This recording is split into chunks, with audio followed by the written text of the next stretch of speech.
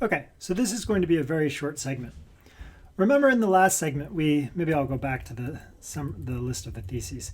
We summarized Kripke's description theory of reference as applied to names. And these were the 6 theses that we covered. Thesis 1 says, to every name or designating expression X, there corresponds a cluster of properties, the family of those properties that the agent at issue believes X satisfies. Thesis 2 says that one of those properties or some conjointly are believed by the individual to pick out believed by the agent to pick out some individual uniquely.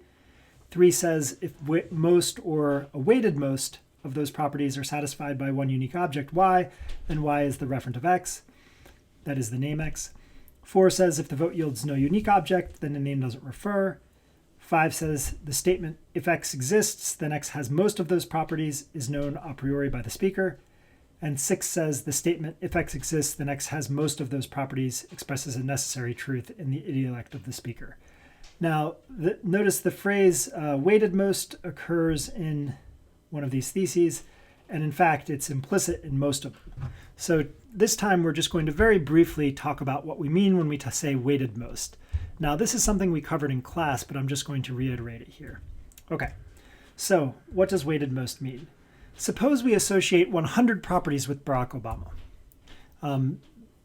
To say that Obama, the name Barack Obama, refers to whatever has most of those properties is to say that if an individual has 51 of those properties, and uniquely so nobody else has those 51, then Obama refers to it.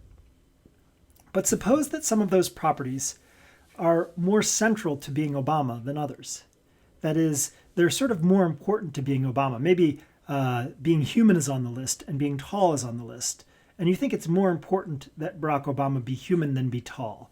That is, if you have 2 things that each satisfy 51 of the properties on the list, but a different 51, and one of them is human and the other is not, and the human one is a little bit short and the non-human one is tall, you might say, well, the name Barack Obama refers to the human one. You can't do that if we're just counting properties because both of them satisfy 51 properties. So now what you have to do is give weight to some of the properties. Say it's more important than the others. So if we add weighted to most, then we need to take each property and weight it. Suppose we use a scale from 1 to 10. Perhaps being human gets a weight of 0.6. I guess I meant the scale to be 0 to 1. So suppose we use a scale from 0 to 1.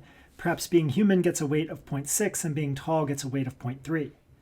Now, rather than saying that Barack Obama refers to anyone who has 51 of the 100 properties, 3 will say that Barack Obama refers to anyone who scores sufficiently high, say 200 on our scale of property multiplied by weights, or whatever a sensible number would be in this case.